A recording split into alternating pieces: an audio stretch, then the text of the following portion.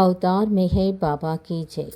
మనం గత కొన్ని రోజులుగా డివైన్ హ్యూమానిటీ అనే పుస్తకంలో మేర్వాన్ జస్సావాలా గురించి తెలుసుకుంటున్నామండి. ఆయన చిన్నతనం నుండి బాబా వద్ద పెరిగిన అద్భుత ధన్యజీవి, ఆయన యొక్క ప్రేమాశిస్సులు పొందిన అద్భుత ధన్యజీవి మెహర్వాన్ జస్సావాలా గురించి తెలుసుకుంటున్నాం. బెంగళూరు ఆశ్రమంలో ఈ జంతువులన్నీ ఉండడం, అందులో ఒక కోతిపిల్ల బాబా దగ్గరికి రావడం, ఆ బాక్స్ తెరవగానే అది డైరెక్ట్గా బాబా భుజాల మీద వాలి కిచకిచలాడడం, ఆ భాష బాబాకి అర్థమైనట్లుగా బాబా తల ఊపుతూ ఉండడం, ఇదంతా ఈ దృశ్యం అంతా కూడా మెహర్వానికి చాలా నచ్చింది అని చెప్పి మనతో ఆ సంఘటనని పంచుకున్నారు. మరి ఈరోజు విషయంలోకి వద్దామండి. విదేశీ స్త్రీలకు బెంగళూరు బాగా నచ్చింది. అక్కడ వారిని ఉండమని బాబా చెప్పడంతో చాలా సంతోషించారు వారు.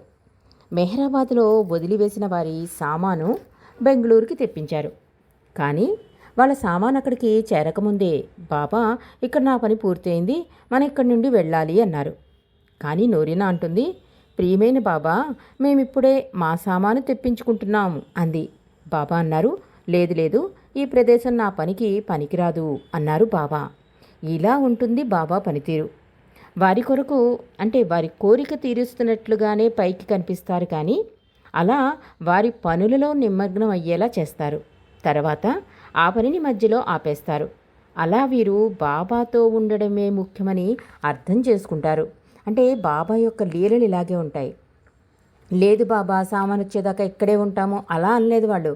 బాబా ఇచ్చకు వదిలేసి, బాబా ఇష్టానికే వదిలేసి, ఆ సామాను కన్నా బాబాయే ముఖ్యమనే దాంతో వాళ్ళు ఉండేలా చేయడం బాబా చేస్తూ ఉంటారన్నమాట. అందుకే సడన్గా ఒక రాత్రి ఇక్కడ పడుకుందామనేవారు, తీరా చూసి మళ్ళీ సామానంతా పక్కబట్టలు అన్నీ సర్దుకున్నాక, లేదు లేదు ఈ ప్రదేశం నాకు నచ్చలేదు, వెళ్ళిపోదాం అనేవారు. దానికి తగ్గట్టుగానే వాళ్ళు కూడా అలా రెడీ అయ్యి బాబాతో వెళ్ళిపోయేవారు. అంటే బాబా తప్ప ఇంకేది ముఖ్యం కానట్టుగా వాళ్ళకి ట్రైనింగ్ ఇచ్చేవారు అన్నమాట బాబా. వాళ్ళు కూడా అలాగే ఉండేవారు. బాబా కోరింది ఏదైనా చేయడానికి వెనుకాడరు. బాబా వారితో మెహరాబాదు తిరిగి రావాలి అన్నారు. అలా ఒక బస్సు, 2 కార్లలో వారు తిరిగి ప్రయాణం ప్రారంభమైంది. ఈ ప్రయాణంలో మెహర్వాను తొలిసారి బ్లూ బస్సులో ప్రయాణించాడు. ఎక్కువ భాగం 2వ కారులో, అప్పుడప్పుడు బస్సులో ప్రయాణం చేశాడు మెహర్వాన్.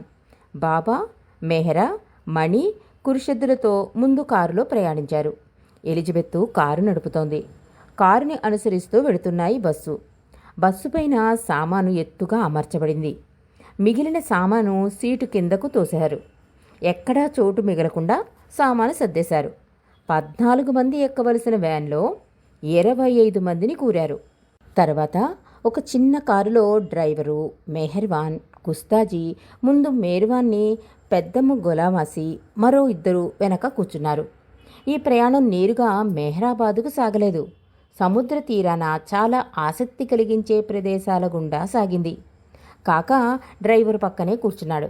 అతనికి బాబా రోడ్డు నుండి పక్కకు వెళ్ళకండి అన్నారు. అంటే ఈ బస్సుని రోడ్డు మీద స్ట్రైట్గా వెళ్ళాలి, కానీ పక్కకి మాత్రం మళ్లించొద్దని బాబా హెచ్చరిక చేశారు. పక్కదారుల గుండా కూడా వెళ్ళవద్దని బాబా చెప్పారు. లోపల కూర్చున్న స్త్రీలు ఏ పరిస్థితుల్లోనూ దిగడానికి లేదు అని కూడా బాబా హెచ్చరించారు. అందరూ బాగానే ప్రయాణం చేశారు. అలా ప్రయాణం సాగుతూ ఉండగా మధ్యలో ఒకచోట రోడ్డుకి అడ్డంగా అందంగా అలంకరించిన పెద్ద ఆర్చి దగ్గర బస్సు ఆగివలసి వచ్చింది. అది బహుశా ఏదో పెళ్లి ఊరేగింపు కొరకు ఏర్పాటు చేసి ఉండవచ్చు. ఆ ఆర్చి కొంచెం కిందుగా ఉంది. బస్సుపై సామాను చాలా ఎత్తుగా కట్టబడి ఉంది. దాని గుండా వెళ్ళడం కష్టమని కాక డ్రైవర్కి కొంచెం పక్క నుండి వెడితే మంచిదని సూచించాడు. అడ్డంగా ఏర్పాటు చేసిన ఆ ఆర్చిని తప్పించుకుని వెళ్ళమన్నాడు కాక. బాబా అంతకుముందే రోడ్డు దిగకుండా పక్కకు వెళ్లకుండా వెళ్ళండి అని చెప్పిన మాట మరిచిపోయాడు కాక. మరి తప్పని పరిస్థితుల్లో అలా చేయవలసి వచ్చింది. అలా పక్కకు తీసుకున్నాడో లేదో బస్సు వెంటనే మట్టిలో అంటే రోడ్డు పక్కగా కూరుకుపోయింది. కానీ డ్రైవరు మంచి యుక్తితో బస్సుని పైకి తీసుకొచ్చాడు. అంటే బాబా ముందే హెచ్చరించారు, అన్నీ తెలుసు కనుక ఆయనకి రోడ్డు మీదకే వెళ్ళాలి, పక్కకి వెళ్ళకూడదని. కానీ ఒక ఆర్చి అడ్డు రావడంతో ఏం చేశాడు అంటే, సామాను కూడా ఉంది కదా, దానివల్ల బస్సు హైట్ పెరిగిపోయింది. ఆ ఆర్చిని దాటించాలని పక్కకు మళ్లించమన్నాడు డ్రైవర్ని. అంటే బాబా చెప్పిన హెచ్చరికను మర్చిపోయాడు. దాంతో ఏమైంది, బస్సు పక్కకు విరిగిపోయింది. ఆ సమయంలో మెహర్వాను ప్రయాణిస్తున్న కారు దాని వెనకే వచ్చి ఆగింది. అందరూ బాబా కారుతో పాటే సాగాలని బాబా చెప్పడం వలన జాగ్రత్త పడుతూ ఉండేవారు అందరూ. బస్సు రోడ్డు పక్కగా ఇంకా ఒరిగి ఉంది. బస్సులో ఉన్న స్త్రీలను దిగితే సులభంగా పైకి వస్తుందని కాకా చెప్పాడు స్త్రీమండలికి. వారు బాబా ఆదేశం వలన బస్సు దిగం అని చెప్పారు. కాకా ఈ పరిస్థితిని కష్టాన్ని వివరించాడు. కానీ వారు అది నీ సమస్య మాది కాదు అన్నారు. అప్పుడు కాకాకి చెమటలు పట్టాయి. నిజమే కదా, బాబా ఏం చెప్పారు? బస్సు పక్కకెళ్ళకూడదు, స్త్రీలెవరూ ఎలాంటి పరిస్థితుల్లోనూ కిందకి దిగకూడదు అన్నారు.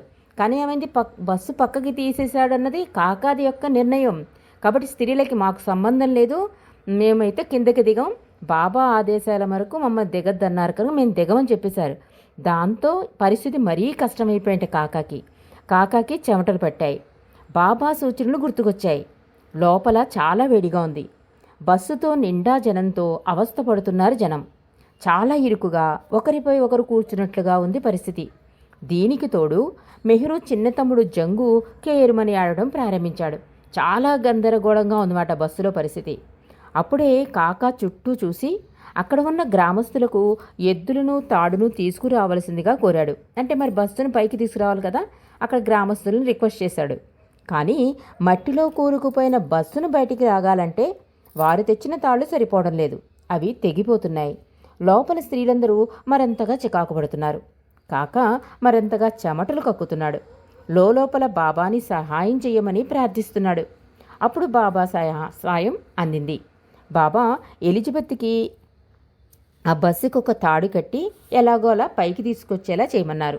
1 గంట తర్వాత బస్సుని బయటికి తీసుకువచ్చారు. అలా ఆ కష్టం గట్టెక్కింది. బాబాకి కోపంతో కాకా భార్య మీద మండిపడుతూ, బస్సు ఎందుకు కిందకి దిగింది? నేను చెప్పలేదా నీకు పక్కకి నడిపించద్దని అన్నారు బాబా. కాకా బిగ్గరగా ఏడుస్తూ, క్షమించండి బాబా, మీ ఆదేశం మర్చిపోయాను అంటూ బాబా పాదాల మీద సాష్టాంగపడి బాబాని క్షమించమని వేడుకున్నాడు. బాబా క్షమించారు. అతను అలా రోధించడం మేర్వాన్కి బాగా గుర్తుండిపోయింది. బాబా అప్పుడు బస్సులో ఉన్న స్త్రీలను కిందకు దిగమన్నారు. ఎలిజబెత్ కారులో ఉన్న ఒక వైరుతో కట్టి కారుని స్టార్ట్ చేసి ముందుకు బస్సుని లాగడంతో బస్సు తిరిగి రోడ్డు మీదకు వచ్చింది. నిజానికి అంత పెద్ద నష్టం కాలేదు. అప్పుడు బాబా ముందుకు ప్రయాణిస్తున్న కాకాని తన వెనకనే రావలసిందిగా హెచ్చరించారు. కాకా గట్టిగా నిట్టూర్పు విడిచాడు. హమ్మయ్యా, కష్టం గట్టెక్కింది అని తలచాడు కాకా. కానీ అంతటితో అతని కష్టాలు పోలేదు. సాయంకాలం అయ్యిద్ది, చీకటి పడింది. బస్సు ఒక అడవిలో ప్రవేశించింది. పర్వత ప్రాంతం అది. రోడ్డంతా తలపిన్ను వంపులతో ఉంది. అంటే మనం తలలో పెట్టుకుంటాం కదా పిన్నులు, అవి ఎంత వంకరగా ఉంటాయో అంత వంకరగా ఉన్నాయట రోడ్లన్నీ కూడా. కాకా దురదృష్టం బస్సు ముందు లైట్లు వెలగడం లేదు. కాకా ముందు మడ్గైర్స్ మీద కూర్చుని చిన్న టార్చ్ లైట్స్తో దారి చూపిస్తే తప్ప బస్సు వెళ్ళలేని పరిస్థితి. ఎందుకు కలిగిందంటే ఈ పరిస్థితి, ఇంతకుముందు బస్సు రోడ్డు పక్కన గోతులో పడినప్పుడు లైట్లకు చెందిన వైర్లు తెగిపోయి ఉండవచ్చు. అంటే ఆ వైర్లు తెగిపోవడం వల్ల ముందు లైట్లు వెలగటం లేదు. దానివల్ల టార్చ్ లైట్ వేసి దారి చూపిస్తున్నాడు కాకా. అలా ఆ బస్సు ప్రయాణం సాగుతూ సముద్ర తీరం వైపుగా వెడుతుంది. ఆ సమయంలో గోవా ప్రాంతం పోర్చుగీసు పరిపాలనలో ఉంది. పోర్చుగీసు కస్టమ్స్ అధికారులు చాలా ఖచ్చితంగా అధికారాన్ని చెలాయించేవారు. బస్సంతా పూర్తిగా తనిఖీ చేయాలని పట్టుబట్టారు. అలాగే మొత్తం తనిఖీ చేశారు. కానీ ఊహించని విధంగా ఒక చిన్న చేతి సంచిని వదిలిపెట్టారు వారు. ఆ సంచి కురుషెద్దు సంరక్షణలో ఉంది. ఆ సంచి నేల మీద పెట్టకూడదు, కురుషెద్దు తప్ప దానిని ఎవరూ ముట్టుకోకూడదు అని బాబా ఆదేశం. అన్ని విషయాలు సర్వము బాబా ఆధీనంలో ఉంటాయి. ఆయన పని అన్నిటికంటే ఉన్నతమైనది. బాబా ఒకసారి అన్నారు, నా పని మీకంటే గొప్పది అన్నారు మెహర్ బాబా. అలా ఈ ప్రయాణంలో బాబా గోవా వంటి ప్రదేశాల గుండా తన పని జరిపించుకున్నారు. కొన్నిసార్లు ఆలస్యమైనట్లు కనిపిస్తుంది, మరికొన్నిసార్లు వచ్చి రాగానే మళ్ళీ అక్కడి నుండి బయలుదేరి వెళ్ళిపోయేవారు. అన్నిటికీ ఆయనే కేంద్రం. గోవాలో బాబా సెయింట్ ఎక్సీవర్ చర్చిని దర్శించారు. ఆయనతో పాటు ఆయన బృందం కూడా భద్రపరిచిన సెయింట్ యొక్క శరీరాన్ని కూడా చూడడం జరిగింది. గోవాలో ఉండగానే బాబా అకస్మాత్తుగా కారు నిలపమన్నారు. పొడవైన గెడ్డం గల ఒక వృద్ధుడు వచ్చి కారు తలుపు తెరవబోయాడు. బాబా కారులో మెహ్రా మొదలుగు స్త్రీలు కూర్చున్నారు. కఠినమైన ఏకాంతంలో వారున్నారు. అందువలన అతడు తలుపు తెరవబోతుండగా అతనిని మండలి సభ్యుకుడు పక్కకు తొయ్యబోయాడు. కానీ బాబా అన్నారు, అతనిని అలాగే ఉండని అని సైగ చేశారు. బాబాకు ఆ వృద్ధునికి మధ్య సైగలతో సంభాషణ జరిగింది. అతడు వెళ్ళిపోయాడు. తర్వాత బాబా అతడు తన ఏజెంట్ అని, ముందే తన అనుమతితో వచ్చాడని బాబా చెప్పారు. వారితో ప్రయాణిస్తున్న మేర్వానికి మరొక సంఘటన కూడా గుర్తుంది. గోవా నుండి ప్రయాణం చేస్తున్న వారంతా కార్వార్ అనే ప్రాంతంలో ఆగారు. అది బీచ్ ప్రాంతం. అక్కడ బాబా స్త్రీలను కొంతసేపు ఈత కొట్టి రమ్మన్నారు. ఆయన మేర్వాన్ అక్కైన మెహ్రూ ఈతను చూస్తూ వినోదిస్తున్నారు. ఆమె ఈదడానికి ప్రయత్నం చేస్తోంది. పెద్ద అలలు వస్తున్న ఆ బీచ్లో కిందకు డైవింగ్ చేసే బదులు అల్లపైన తేలియాడుతూ ఈదడానికి ప్రయత్నిస్తుంది. కానీ ఈదలేక కెరటాల తాకిడికి పదే పదే ఒడ్డుకు చేరిపోతూ ఉంటుంది ఆమె. తిరిగి మెహ్రాబాదు వచ్చేశారంతా. గైమాయి బాబా ఆదేశం ప్రకారం మేర్వాన్ని, ఆమె చెల్లెలు పిల్లల్ని తీసుకుని బెంగళూరు వెళ్ళిపోయింది. అక్కడ పిల్లలు స్కూలులో చేరి చదవసాగారు. తర్వాత కొన్ని సంవత్సరాలు స్కూలుకి సెలవులిచ్చినప్పుడే మెహ్రాబాదుకు వారిని బాబా పిలిచేవారు. ఆ తొలి రోజుల్లోకి తొంగి చూస్తే బాబాతో మెహర్వాన్ జీవితంలో ఎన్నో మరపురాని సంఘటనలు కనిపిస్తాయి. బాబాలోని సర్వజ్ఞత అనే గుణం మెహర్వానికి అద్భుతంగా తోచేవి. అలాగే ఆయన కొన్నిసార్లు ఏమీ తెలియని అమాయకునిలా కనిపించేవారు. అలా ఎలా సాధ్యం అని అతను మనసు ప్రశ్నించేది. ఏమిటో రహస్యం అనుకునేవాడు మెహర్వాన్. బాబా స్వయంగా ఇలా చెప్పారు, నేను పరిపూర్ణంగా అజ్ఞానిని, అదే సమయంలో అనంత జ్ఞానాన్ని కూడా. మీరెవరూ నా స్థాయిని అన్నటికీ అర్థం చేసుకోలేరు. అందువలన నేను చెప్పింది చెయ్యి అంతే అనేవారు బాబా. బాబాకి అన్నీ తెలుసు అని మెహర్వాన్ మనసు చెబుతూనే ఉంటుంది.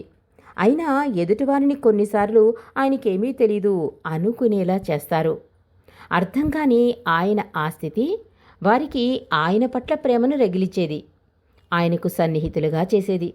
సాధారణంగా అజ్ఞానంలో ఉన్న మానవులకు తమలో ఒకనిగా భావించిన అదే సమయంలో వారిలోని అంతరంగంలో విశ్వాసం ఆయన సర్వశక్తిమంతునిగా, సర్వజ్ఞునిగా, అనంత ఆనందమయంగా కనిపించేలా చేస్తుంది. మెహ్రాను తన చిన్నతనంలో తాను ప్రత్యక్షంగా చూసిన బాబా యొక్క మానవతా హృదయాన్ని కదిలించిన సన్నివేశం ఒకటుంది. దాన్ని మనం తెలుసుకుందాం. మెహ్రాను నీలుతో స్నేహంగా ఉండేవాడు. నీలు వ్యాయామం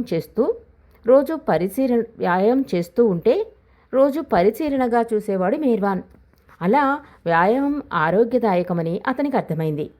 మెహ్రాన్ తనకు కూడా కొన్ని వ్యాయామాలు నేర్పమని నీలుని అడిగాడు. నీలు అంగీకరించాడు. తాను చేసే విధానాన్ని గమనించమని చెప్పాడు నీలు. తర్వాత రోజు ఎలా చెయ్యాలో చెబుతానన్నాడు. మొన్నాడు మెహ్రాను తన గది నుండి బయలుదేరాడు. నీలు కనిపిస్తే అతనిని వదలకూడదని ఆత్రంగా చూస్తూ నడుస్తున్నాడు మెహ్రాన్. అలా ఒకసారి తన గది నుండి వేగంగా బయటకొస్తుండగా వరండాలో బాబా కనిపించారు. బాబా ఏమైంది అని సైగ చేశారు. నీ గది నుండి ఎందుకు పరిగెడుతున్నావు అడిగారు బాబా. మెహ్రాను సంశయించాడు. బాబాతో చెప్పడం బాగోదు అనుకున్నాడు. ఏం లేదు బాబా, ఏం లేదు అన్నాడు మెహ్రాన్. బాబా మెహ్రాన్ చేయి పట్టుకుని వరండాలో ఇటు నుండి అటు, అటు నుండి ఇటు తిరుగుతూ, ఇప్పుడు చెప్పు, అదేమిటో నాకు తెలియాలి, ఆ రహస్యం చెప్పు అన్నారు. మెహ్రాను ఇంకా సిగ్గుపడుతూ ఏం లేదు బాబా అన్నాడు. అయినా బాబా వదల్లేదు. లేదు లేదు, ఏదో ఉంది. నీ గది నుండి అంత వేగంగా పరిగెత్తుతున్నావంటే ఏదో విషయం ఉంది అంటూ అతని చెయ్యి వదలకుండా వరండాలో తిరుగుతున్నారు బాబా. అలా వరండా అంతా చాలాసార్లు తిరిగాక మెహ్రాను చివరకు చెప్పాడు. బాబా మంచిది, ఈ విషయం ముందు ఎందుకు చెప్పలేదు అడిగారు మెహ్రాన్ని. బాబా చాలా చిన్న విషయం, దీన్ని చెప్పడం నాకు ఎబ్బెట్టుగా అనిపించింది బాబా అన్నాడు. బాబా అన్నారు, లేదు, నేను అడిగినప్పుడు నువ్వు చెప్పాలి అని సైగ చేసి మణిని పిలిచి మెహ్రాన్కి తన భావాలను చెప్పమన్నారు. అంటే చిన్నవాడు కదా, బాబా సైగలు అర్థం చేసుకోలేడని సోదరి మణిజాని పిలిచి ఆయన భావాలన్నీ చెప్పించారట. ఉన్న విషయం చెప్పడం వలన తనకు సంతోషం కలిగిందని, మెహ్రాన్ హృదయం మంచిదని చెప్పారు బాబా. అలా అతనిని పొగుడుతూ అతన్ని ఆలింగనం చేసుకున్నారు. ఇదంతా చూసి మెహర్వాన్కి ఒక్కటే అర్థమైంది. ఇంత చిన్న విషయమైనా కానీ బాబా అడిగినప్పుడు చెప్పాలి, సంశయించకూడదు అని నిర్ణయించుకున్నాడు. అదే సమయంలో మెహరాబాద్కి ఒక ఇంద్రజాలికుడు వచ్చాడు. అక్కడ అందరికీ తనకు భయంకరమైన వశీకరణ శక్తులున్నాయని చెప్పాడు. బాబా అతని పిలిచి మెహర్వాన్ని చూపించి తన శక్తులను అతనిపై ప్రయోగించమని చెప్పారు. ఆ మెజిషియను మెహర్వాన్ని చేత్తో పైకెత్తి అతని వీపును ప్రేక్షకులు చూపిస్తూ, మెహర్వానికి చెవిలో నేను చప్పట్లు కొట్టినప్పుడు మూగవానిగా అయిపో అని చెప్పాడు. మళ్ళీ చప్పట్లు కొట్టినప్పుడు మాట్లాడు, అంతే, చాలా సులభం, భయపడకు అన్నాడు ఇంద్రజాలికుడు మెహర్వాన్ చెవిలో. అతడు అతని ట్రిక్ ఎవరూ కనిపెట్టలేరు అనుకున్నాడు. తాను మామూలుగా అందరికీ, నేనిప్పుడు మీ అందరికీ నా వశీకరణ శక్తులను చూపిస్తాను, నేను చప్పట్లు కొట్టగానే ఈ బాలుడు మూగవాడైపోతాడు. చప్పట్లు కొట్టి ప్రేక్షకుడిని పరీక్షించమంటాడు ఇంద్రజాలికుడు. వీరంతా మెహర్వాన్ మాట్లాడు, మా మాటలు నీకు వినపడుతున్నాయా అడిగారు. బాబా కూడా చప్పట్లు కొట్టి మెహర్వాన్ మాట్లాడు అని సైగ చేశారు. కానీ మెహర్వాను ఆట విడిచిపెట్టాలని లేదు. తర్వాత మళ్ళీ బాబా సరే మెహర్వాన్ చాలు, ఇప్పుడు మాట్లాడు అన్నారు. కానీ మెహర్వాన్ మౌనం వహించాడు. అప్పుడు మెజిషియను నేనిప్పుడు చప్పట్లు కొడతాను, బాలుడు మాట్లాడతాడు అన్నారు.